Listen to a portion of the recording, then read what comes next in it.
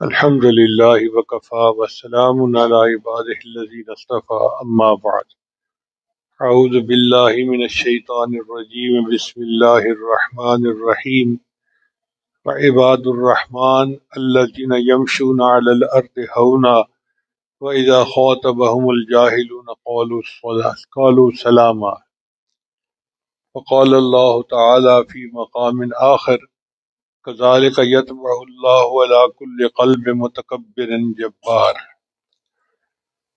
وقال الرسول صلی اللہ علیہ وسلم لا يدخل الجنہ من كان في قلبه مثقال ذرة من کبر او كما قال علیہ الصلاة والسلام سبحان ربک رب العزت عما یصفون وسلام علی المرسلین والحمد للہ رب العالمین۔ اللہ رب العزت اپنے صفات میں کامل ہے، بندہ اپنی صفات میں ناقص ہے۔ بندے کا دیکھنا اتنا ناقص،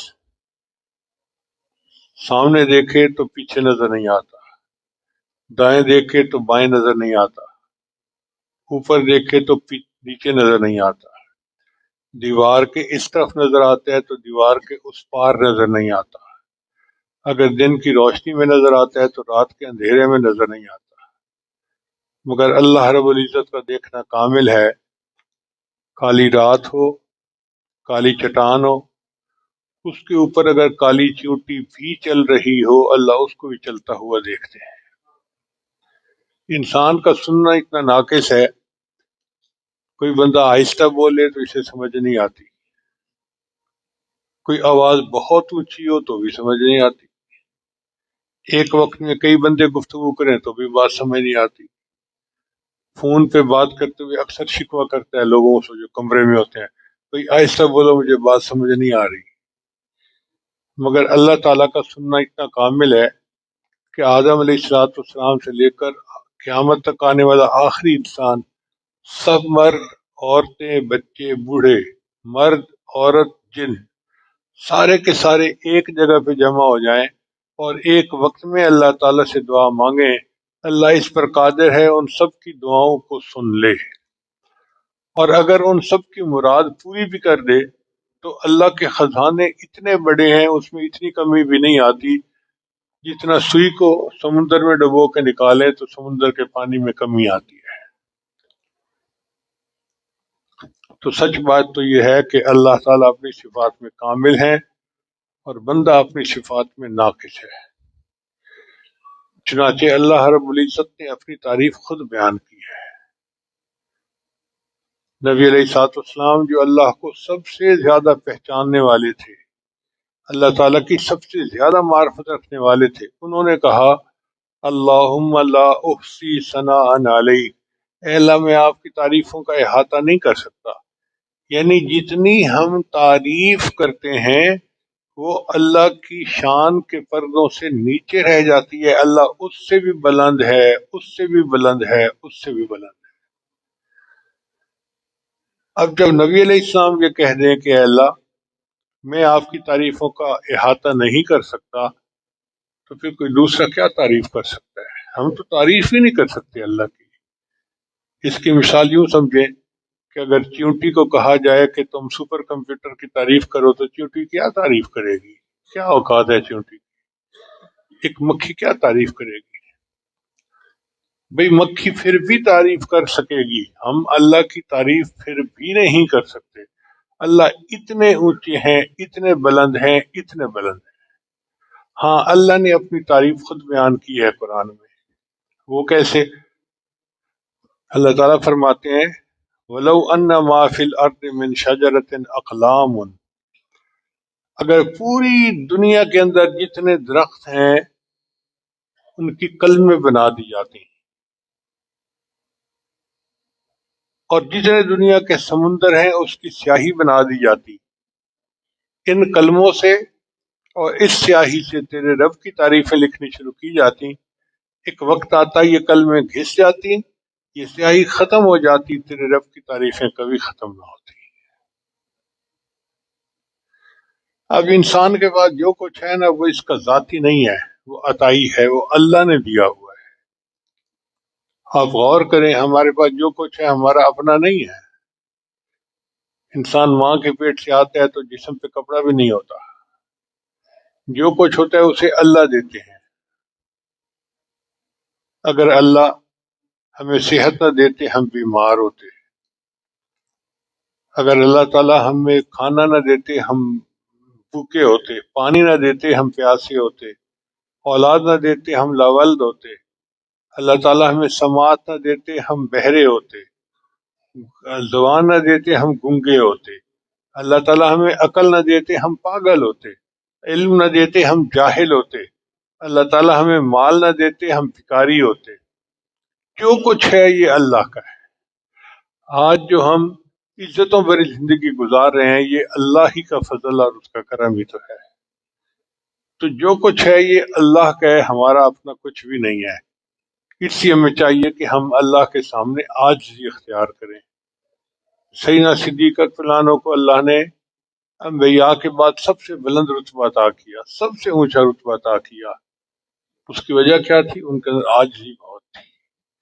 نبی علیہ السلام نے ارشاد فرمایا من اراد ان ينظر الى میت یمشی علی وجہ الارض فلینظر الى ابن ابی قحافہ. جو چاہے کہ زمین پہ چلتی ہوئی لاش کو دیکھے وہ ابو قحافہ کے بیٹے ابو بکر کو دیکھ لے. یعنی اتنی عاجزی تھی کہ جیسے بندہ ایک میٹھا ہوا ہوتا ہے وہ میٹھے ہوئے تھے. اور انہوں نے عجیب بات فرمائی. اللہ کے بارے میں فرمایا کہ پاک ہے وہ ذات جس نے اپنے تک پہنچنے کے لیے عاجزی کے سوا کوئی دوسرا راستہ ہی نہیں بنایا. جو بندہ عاجزی اختیار کرے گا اس کو اللہ کا وصل نصیب ہوگا، ورنہ اللہ کا وصل نصیب ہو ہی نہیں سکتا. اللہ تعالیٰ فرماتے ہیں الکبریاء ردائی والعظمت ازاری. کبریائی میری چادر ہے اور عظمت میرا لباس ہے. اب جو بندہ میری چادر مجھ سے چھیننا کی کوشش کرتا ہے میں اسے ریزہ ریزہ کر دیتا ہوں. اس لیے جو بندہ متکبر ہوتا ہے نا، آخرت میں تو اللہ سزا دیں گے ہی صحیح، اللہ دنیا میں بھی اس کو سزا دیتے ہیں.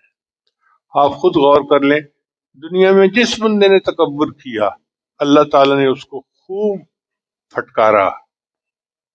فرعون بیعون کتنا بڑا بنتا تھا، کہتا تھا الیس لی ملک مصر وہذہ الانہار تجری من تحتی. کیا یہ مصر کا ملک میرا نہیں ہے اور یہ نظام آبپاشی میرا نہیں ہے؟ اللہ تعالیٰ نے اسی نظام آبپاشی والے دریا کے اندر اس کو ڈبو کے مار دیا. تو جو بندہ اونچا بولتا ہے اللہ دنیا ہی میں اس کو سزا دیتے ہیں، آخرت میں تو ملے گی ہی صحیح. انسان کو چاہیے کہ وہ ہمیشہ اپنی اوقات کو یاد رکھے. فَلْيَنْظُرِ الْإِنسَانُ مِمَّا خُلِقَ. انسان کو چاہیے کہ وہ دیکھے کہ وہ کس چیز سے پیدا ہوا. چنانچہ ایک نوجوان نے ایک بوڑھے کو کہا کہ بڑے میاں تجھے پتہ نہیں میں کون ہوں؟ اس نے کہا میں جانتا ہوں. تو کون ہے؟ کہنے لگے کیا؟ کہنے لگے پیدا ہونے سے پہلے تو ایک ناپاک پانی کا نطفہ تھا.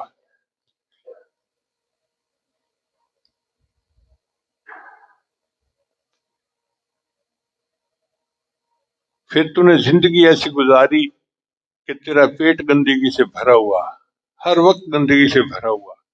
اب وہ گندگی اگر باہر آ جائے تو لوگ تجھ پہ تھوکنا بھی گوارا نہ کریں، اور جب تو مر جائے گا تو پھر تو دوبارہ مردار بن جائے گا. یہ تیری اوقات ہے. کیا بڑا بولتا ہے. سلطان محمود غزنوی ایک بادشاہ گزرا ہے، اس کا ایک غلام تھا، اس کا نام تھا ایاز. بادشاہ اس کو بہت پسند کرتا تھا اور لوگ بڑے حاسدین تھے. یہ ایک طریقہ چلا آ رہا ہے، جب بھی کوئی کسی کے قریب ہوتا ہے تو کچھ لوگوں کو آگ لگتی ہے، دکھ ہوتا ہے، جلن ہوتی ہے. اب وہ سوچ میں تھے کہ کوئی ہم ایسی بات کریں کہ ایاز کو ڈانٹ پڑے اور بادشاہ اپنے سے دور کر دے. چنانچہ ان میں سے ایک نے کہا کہ ہاں بادشاہ سلامت، اس محل کے اندر ایک الماری ہے اور یہ ایاز جو ہے نا اس کے اندر کوئی چیز چھپا کے رکھتا ہے اور کسی کو نہیں دیکھنے دیتا، مگر خود روزانہ اس الماری کو کھول کے دیکھتا رہتا ہے اور وہ بند کر کے چلا جاتا ہے. ہمیں لگتا ہے اس نے ہیرے جواہرات چوری کیے ہیں اور چوری شدہ مال اس نے اس میں رکھا ہوا ہے۔ بادشاہ نے اس کی بات سنی تو ایاز کو بلایا، ایاز تمہاری کوئی الماری ہے؟ جی بادشاہ سلامت ہے۔ تالا لگایا ہوا ہے؟ لگایا ہوا ہے جی۔ روزانہ دیکھتے ہو؟ جی روزانہ دیکھتا ہوں۔ کسی اور کو دیکھنے دیتے ہو؟ جی نہیں، اور نہیں دیکھنے دیتا۔ لو چابی۔ ایاز نے چابی دے دی۔ ایاز کو بادشاہ نے کھڑا کر لیا اور بندے کو بھیجا کہ جاؤ الماری میں جو کچھ ہے اٹھا کے لے آؤ۔ اب وہ جو حاسدین تھے وہ بڑے خوش بغلیں بجانے لگے کہ اب جو ہے نا ہیرے جواہرات آئیں گے اور بادشاہ کو پتہ چلے گا کہ یہ تو چور ہے اور اس کو نکال دیا جائے گا۔ تھوڑی دیر میں وہ بندہ آیا اور اس کے پاس 3 چیزیں تھیں: پھٹے ہوئے جوتے،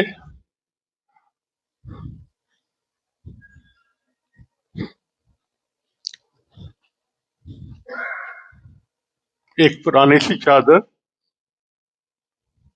اور ایک کرتا۔ بادشاہ سلامت،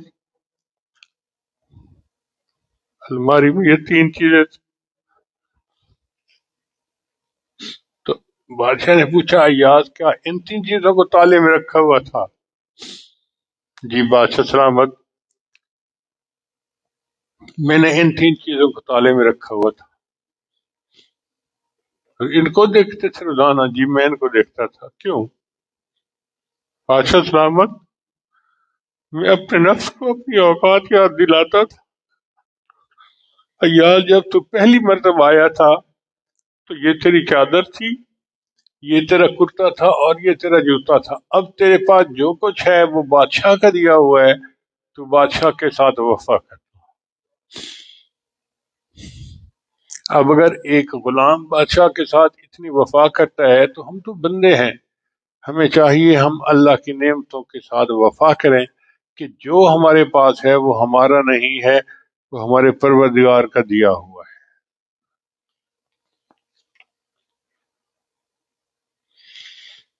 تکبر کس کو کہتے ہیں؟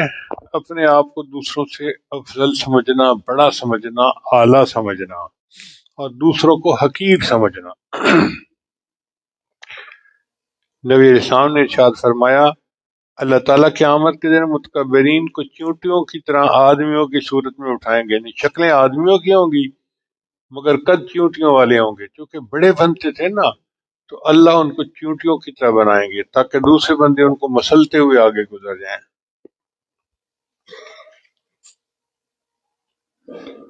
اس لیے ہمارے ذات فرماتے ہیں کہ بندے کو چاہیے کہ زندگی میں اپنی میں کو مٹائے۔ جو اپنی میں کو نہیں مٹاتا پھر اس کی میں کو اللہ مٹاتے ہیں، اور محترم جماعت جس کی میں کو اللہ مٹائے اس کا تماشا دنیا دیکھتی ہے۔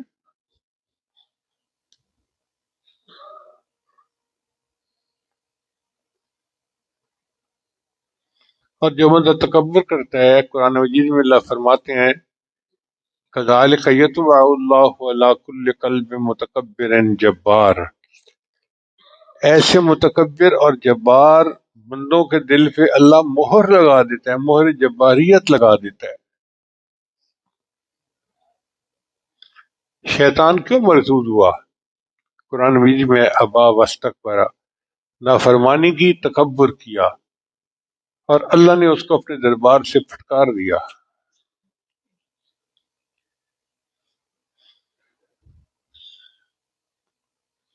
حضرت عبداللہ ابن مسعود رضی اللہ عنہ ایک صحابی تھے، قد بھی چھوٹا تھا اور بہت ہی دبلے تھے، جس کو ہم کہتے ہیں نا سنگل پسلی، وہ تھے۔ دوسرے صحابہ ان کی پتلی پنڈلیوں کو دیکھ کے مسکرایا کرتے تھے۔ ابو جہل ان کو دیکھتا تھا تو کہتا تھا یا رویع الغنم، رویع رائی کہتے ہیں چرواہے کو، اور رائی کی جو تصغیر ہے وہ رویع ہے، تو رویع الغنم کہتا تھا حقارت کی وجہ سے، اوے رویع الغنم، اوے بکریوں کے چرواہے۔ اب اللہ کی شان دیکھیے کہ ابو جہل خود متکبر تھا، اللہ نے اس کا خاتمہ عبداللہ بن مسعود جانوں سے کروایا۔ وہ کیسے؟ بدر کے میدان میں ابو جہل کے گھوڑے کو 2 بچوں نے زخمی کیا تو ابو جہل نیچے گر پڑا.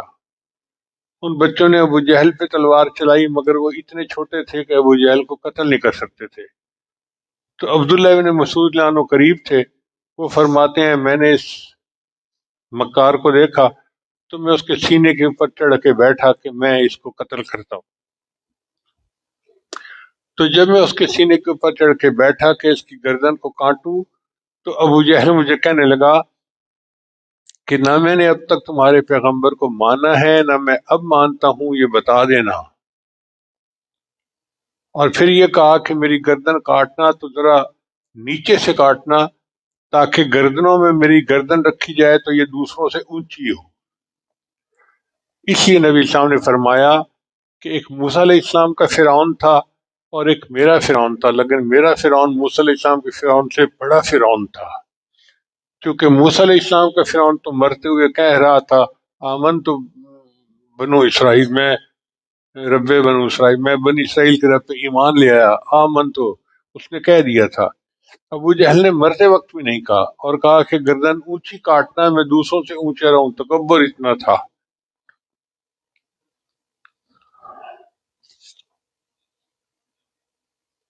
اللہ تعالیٰ کو عاجزی پسند ہے، چنانچہ نبی علیہ السلام نے ارشاد فرمایا من تواضع للہ رفعہ اللہ، جو اللہ کے لیے تواضع اختیار کرتا ہے اللہ اس کو بلندی عطا فرماتا ہے، اللہ اس کو بلند فرماتا ہے. جو بندہ عاجزی اختیار کرتا ہے اللہ اس کو اونچا کر دیتا ہے.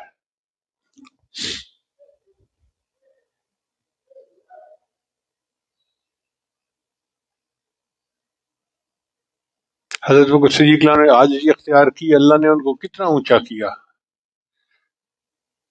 سبحان اللہ، حیران ہوتا ہے بندہ.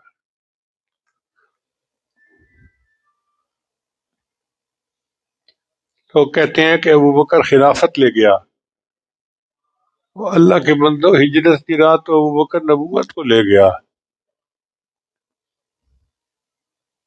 ایک ایسا بھی وقت آیا کہ نبی علیہ السلام کے لیے پہاڑ پہ چڑھنا دشوار تھا، تو وہ صدیق رضی اللہ عنہ نے اپنا کندھا پیش کیا، اللہ کے نبی صلی اللہ علیہ وسلم میرے کندھے پہ سوار ہو جائیے، میں آپ کو لے جاؤں. تو کسی عالم نے اس کو کہا کہ نبی علیہ السلام نے فرمایا ابو بکر نیواں ہو میں تینوں اونچا کرا، نیواں ہو میں تینوں اونچا کرا. اور وہ نیوے ہوئے اور اللہ نے دیکھا ان کو کتنا اونچا کر دیا. انبیاء کے بعد سب سے بڑا اللہ نے رتبہ ان کو عطا فرمایا. خود اللہ کے حبیب صلی اللہ علیہ وسلم نے طائف میں جب دعوت دی تو کفار نے بہت برا سلوک کیا، تو اللہ کے حبیب نے شکوے نہیں کیے. اللہ کے حبیب نے دعا کی اللہم انی عبدک، اے اللہ میں تیرا بندہ ہوں، وابن عبدک تیرے بندے کا بیٹا ہوں، وابن امتک تیری بندی کا بیٹا ہوں، ناصیتی بیدک میری پیشانی تیرے قبضہ قدرت میں ہے، ماذن فی یا حکمک میرے بیرے میں تیرا فیصلہ چلتا ہے، عدل فی یا قضاؤک جو بھی آپ میرے بارے میں فیصلہ کرے وہ انصاف پہ مبنی ہوگا. اللہ کے محبوب ہیں اور اتنی تکلیفوں کے بعد دیکھو کتنی عاجزی کی دعا مانگ رہے ہیں.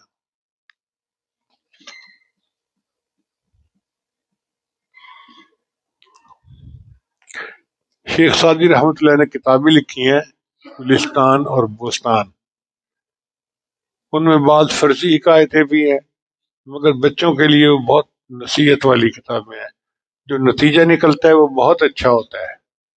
چنانچہ وہ لکھتے ہیں کہ ایک مرتبہ شاہی جھنڈے میں اور اس کے جو دیواروں کے پردے تھے ان کے درمیان مکالمہ ہوا. جھنڈے نے شکوہ کیا کہ دیکھو میں سردی برداشت کرتا ہوں، گرمی برداشت کرتا ہوں، جہاد میں شریک ہوتا ہوں، اور تو ہے کہ جناب کمرے کے اندر رہتا ہے اور تیرے پیچھے بادشاہ کی خوبصورت بیویاں اور بادیاں چھپتی ہیں، چہرے چھپاتی ہیں. تو پردے نے اس کو جواب دیا کہ فرق یہ ہے کہ تو جب جاتا ہے تو تیرا سر اونچا ہوتا ہے، جھنڈا ہوتا ہے نا، سر اونچا ہوتا ہے، اور میں سر فرش پہ لٹکا کے ہمیشہ لٹکا رہتا ہوں. تو میری عاجزی کی مردہ دیا کہ میرے پیچھے حسین لوگ اپنے چہرے چھپاتے ہیں، اور تیرے اونچے ہونے کی وجہ سے اللہ نے تجھے سردی گرمی کا جو ہے نا وہ عذاب دیا۔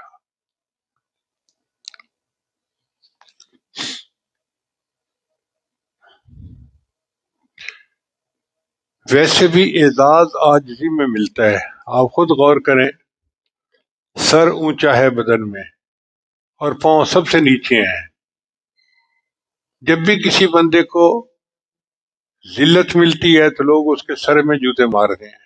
آپ نے دیکھا کسی کے پاؤں پہ جوتے مارے گئے ہوں؟ کہاں جوتے مارتے ہیں؟ سر میں جوتے مارتے ہیں۔ اور جب کسی کو عزت ملتی ہے تو اس کے پاؤں پکڑتے ہیں، سر نہیں پکڑتے آ کے۔ تو عزت ملی تو پاؤں کو پکڑے، اور ذلت ملی تو سر پہ جوتے پڑے۔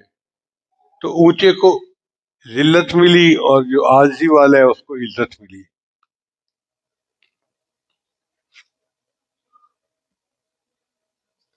اس لیے ہمارے حضرات نے فرمایا ہے کہ بہترین سالک وہ ہے جو اپنے اندر سے تکبر کو ختم کر دے۔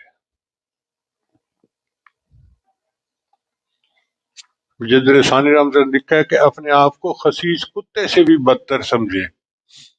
کیا مطلب؟ کہ کتا اپنے مالک کا زیادہ وفادار ہوتا ہے، ہم اپنے مالک کے اتنے وفادار نہیں ہیں۔ بلے شاہ رحمۃ اللہ علیہ کا کلام ہے،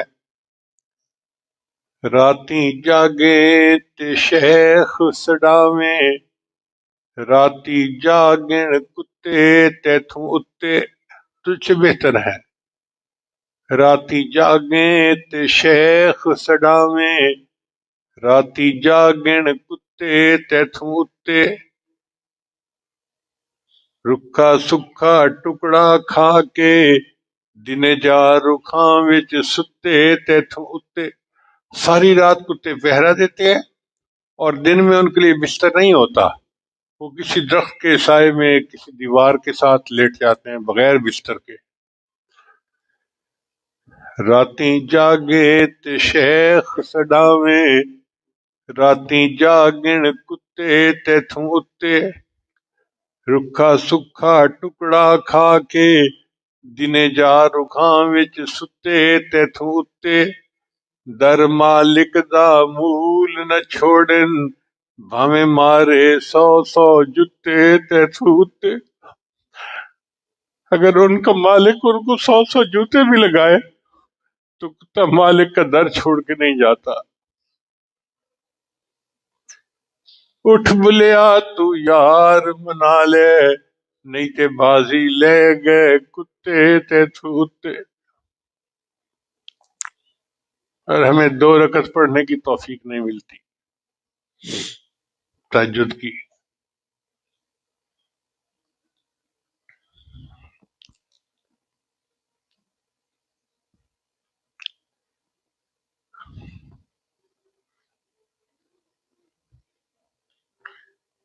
اب تکبر کی بنیاد کیا ہے؟ تکبر کے چند اسباب ہیں۔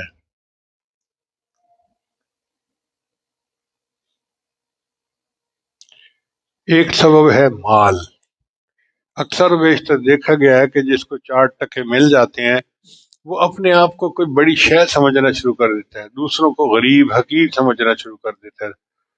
پنجابی میں کہتے ہیں تک کی نہیں پوندی۔ یہ مال تو ڈھلتی چھاؤں ہے، اس کا کیا بھروسہ؟ جو شاخ نازک پہ آشیانہ بنے گا نا پائیدار ہوگا۔ آپ نے مال کا حشر دیکھا نہیں ہے؟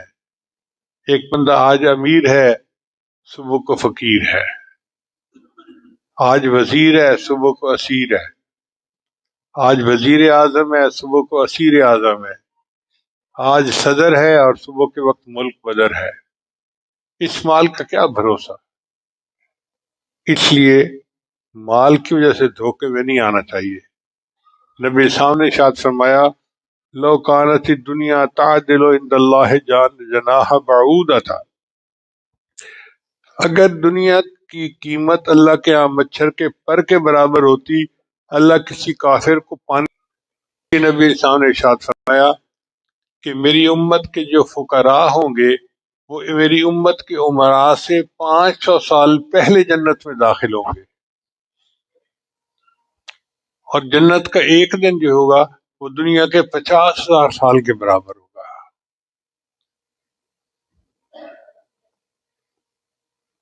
تکبر کی دوسری وجہ انسان کا جمال، خوبصورتی۔ جو لوگ خوبصورت ہوتے ہیں ان کو بھی نخرہ ہوتا ہے جی ہم بڑے خوبصورت ہیں، پرسنالٹی اچھی ہے جی، قد اچھا ہے جی، ہمارا چہرہ مورا، رنگ صاف ہے، فلاں ہے فلاں ہے۔ عورتیں اس کی زیادہ مریض ہوتی ہیں۔ بھئی یہ جو خوبصورتی ہے یہ اللہ نے دی ہے اور یہ وقتی ہے۔ آپ دیکھیں کوئی بندہ کتنا ہی گلفام کیوں نہ ہو، تھوڑے عرصے کے بعد اس کا چہرہ چھوارے کی طرح بنا ہوتا ہے بڑھاپے میں، کتنا بڑے سے بڑا کیوں نہ ہو، بڑھاپے میں چہرہ کیسے ہو جاتا ہے۔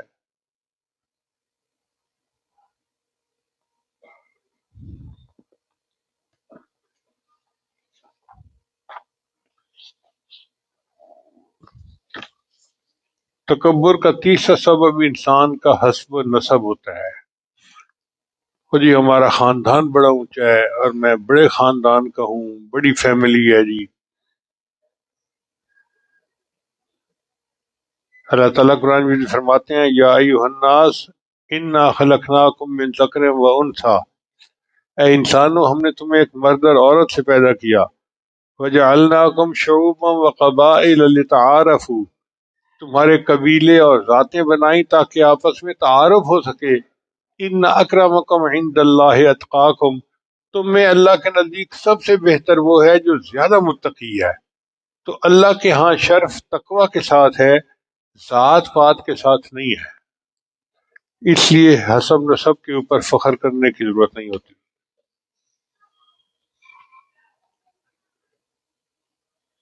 ہمارے حضرت خواجہ فضل علی قریشی رحمۃ اللہ علیہ اللہ کے بہت کامل مشائخ میں سے تھے، اولیاء میں سے تھے۔ انہوں نے اپنی میں کو اتنا مٹایا تھا کہ انسان حیران ہو جاتا ہے۔ چنانچہ ایک مرتبہ حضرت تشریف لائے اور مجلس میں آ کے کہا فقیرو، تو سب متوجہ ہو گئے۔ پھر فرمان لگے کہ آج رات میرے پیٹ میں ری جمع ہو گئی اور نکلنے کا راستہ نہیں ملتا تھا۔ کئی دفعہ ایسی کیفیت ہوتی ہے نا کہ پیٹ گیس سے بھر جاتا ہے اور گیس نکلتی نہیں، تو بہت تکلیف دہ کیفیت ہوتی ہے۔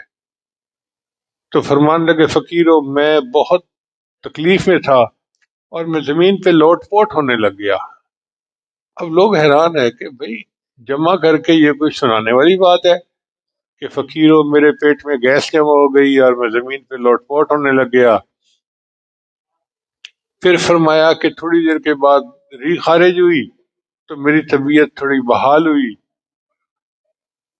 فقیرو جو بندہ اپنے جسم سے گندی ہوا نکلنے کا محتاج ہو، کیا وہ کوئی بڑا بول سکتا ہے؟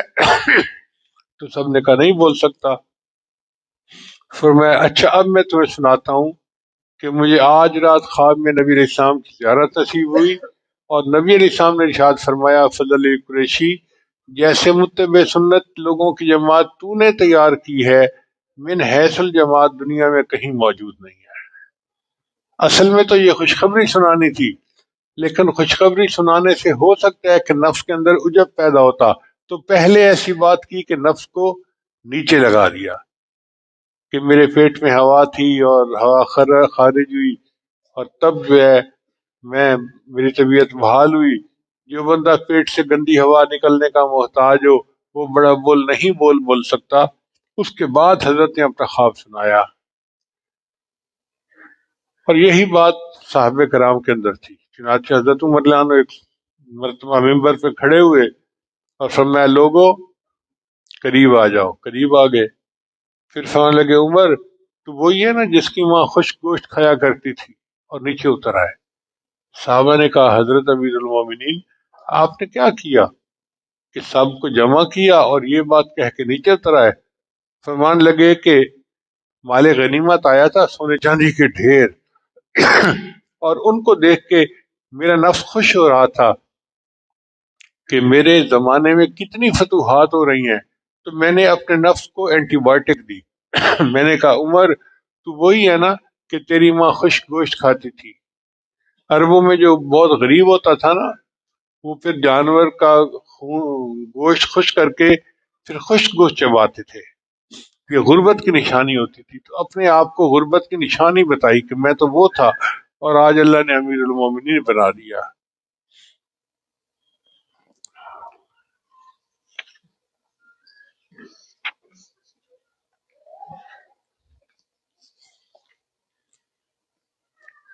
ایک قبیلہ تھا بنو غفار.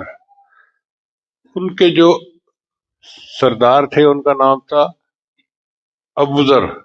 تو ابو ذر غفاری ایک بڑے امیر آدمی تھے. ان کے ہزاروں اونٹ ہوتے تھے، اونٹنیاں ہوتی تھیں، بکریاں ہوتی تھیں، بہت ریل پیل تھی مال کی. مگر وہ اپنے مال کو اللہ کے راستے میں خرچ کر دیتے تھے. ایک دفعہ کسی بات پہ حضرت بلال عنہ کے ساتھ ان کی ذرا تلخ کلامی سی ہو گئی، تو انہوں نے ابن سودا کہہ دیا، او کالی عورت کے بیٹے. حضرت بلال عنہ نے نبی اسلام کو کہا کہ اللہ کے حبیب صلی اللہ علیہ وسلم، ابو ذر غفاری نے تو مجھے ابن سودا کہا ہے، کالی عورت کے بیٹے. تو نبی اسلام نے فرمایا، ابو ذر تو کیسا بندہ ہے، فیکم جاہلیہ، ابھی تک تیرے اندر جاہلیت کے اثرات موجود ہیں. تو ابو ذر عنہ کو محسوس ہوا کہ واقعی مجھ سے غلطی ہوئی. تو ابو ذر عنہ لیٹ گئے اور بلال عنہ سے کہا کہ بلال، میرے رخسار کے اوپر اپنا پاؤں رکھ کے گزرو تاکہ مجھے احساس ہو کہ تو بڑا ہے، میں نے تیرے لیے غلط لفظ استعمال کیا ہے. بلال عنہ نے پہلے انکار کیا، مگر وہ اصرار کرتے رہے، حتیٰ کہ بلال عنہ نے ان کے رخسار پہ قدم رکھا. تو پھر وہ اٹھے کہ ہاں اب جو ہے میرے نفس کو سبق ملا اور مجھ سے یہ لفظ غلط استعمال ہو گیا تھا. تو نبی علیہ السلام اپنے صحابہ کے اندر اس طرح میں کو مٹایا کرتے تھے.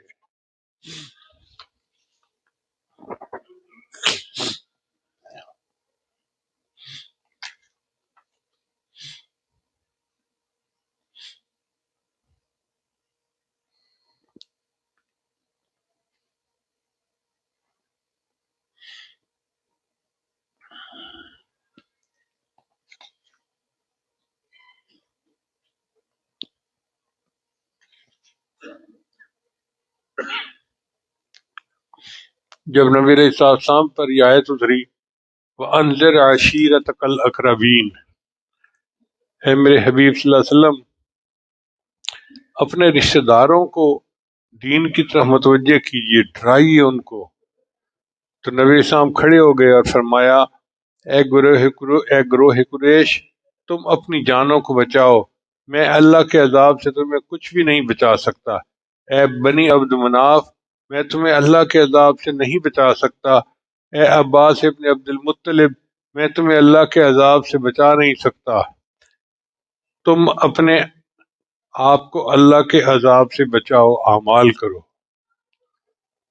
تکبر کا چوتھا سبق انسان کا علم ہوتا ہے. علم کے اندر تعلی ہے. جو کچھ لفظ پڑ جاتا ہے نا تو وہ اپنے آپ کو کچھ سمجھنا شروع کر دیتا ہے. تو ہمارے اکابرین علم کے باوجود اپنے نفس کو مارتے تھے اور اپنے اندر عاجزی پیدا کرتے تھے.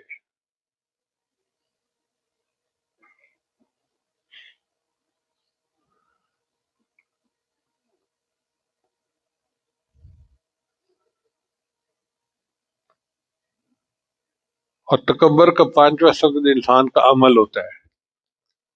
جو بندہ نیکی کرنے لگ جاتا ہے، تکبیر اللہ سے نماز پڑھتا ہے، روزے رکھتا ہے، ذکر اذکار کرتا ہے، تسبیحات پڑھتا ہے، وہ بھی اپنے آپ کو کوئی شے سمجھنا شروع کرتا ہے. دوسروں کو سمجھتا ہے یہ تو جی فاسق و فاجر لوگ ہیں، یہ تو فلاں ہیں، یہ تو فلاں ہیں. تو عمل بھی کئی مرتبہ انسان کے لیے تکبر کا سبب بنتا ہے. یہ ذہن میں رکھیے کہ عمل تو ہم کر رہے ہیں، پتہ نہیں قیامت کے دن قبول ہوں گے یا نہیں ہوں گے.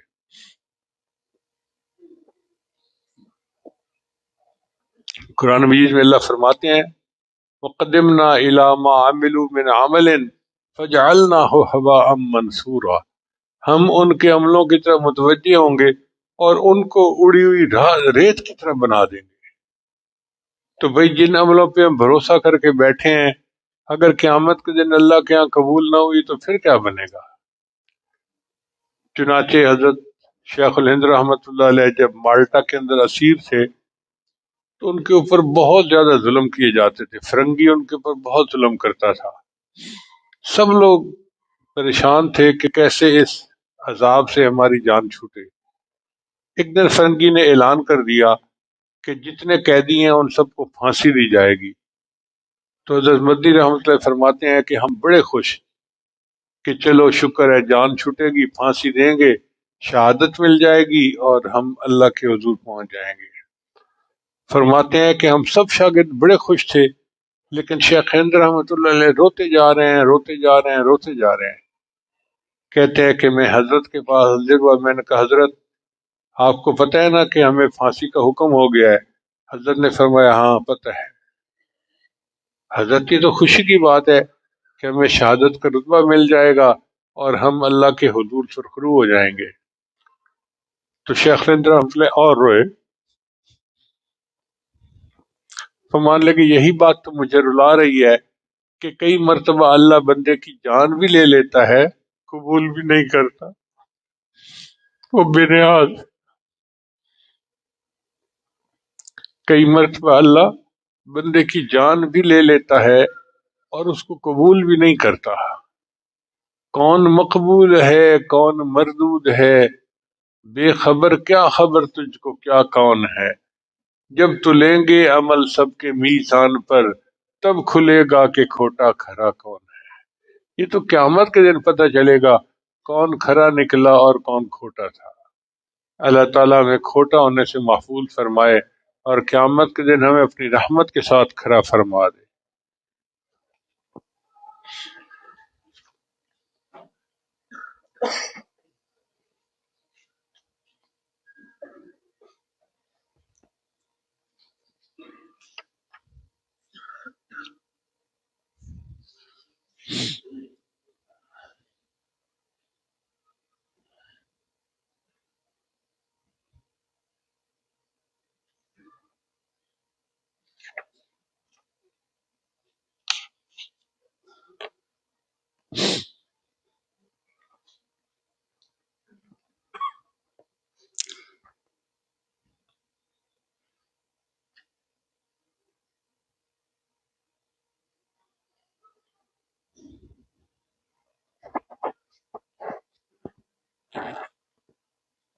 اسی تکبر کی وجہ سے انسان قطع رحمی کرتا ہے۔ قطع رحمی کرتے ہیں رشتے ناتوں کو توڑنا۔ رشتے دار اپنے رشتے دار کو خوشی غمی میں نہیں بلاتا، تو جی وہ تو غریب ہیں اور ہمارے دوست آئیں گے تو وہ ہمارے سٹیٹس کے مطابق نہیں ہے۔ یہ سب تکبر کی وجہ سے ہوتا ہے۔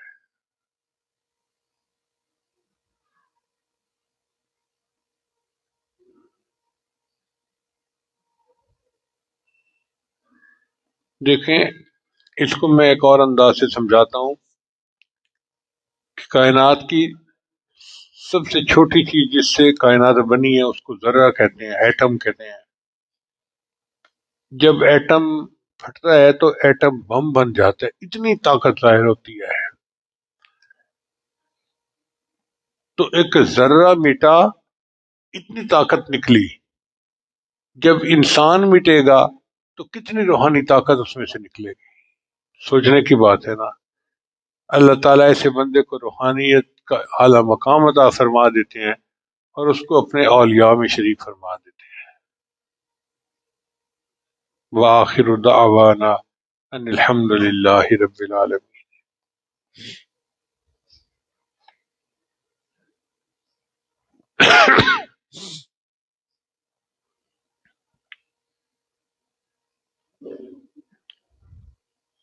بہت سارے دوست احباب بیعت کی نیت سے آتے ہیں تو یہ عاجز توبہ کے کلمات پڑھائے گا، سچے دل کے ساتھ پیچھے پیچھے پڑھتے جائیے۔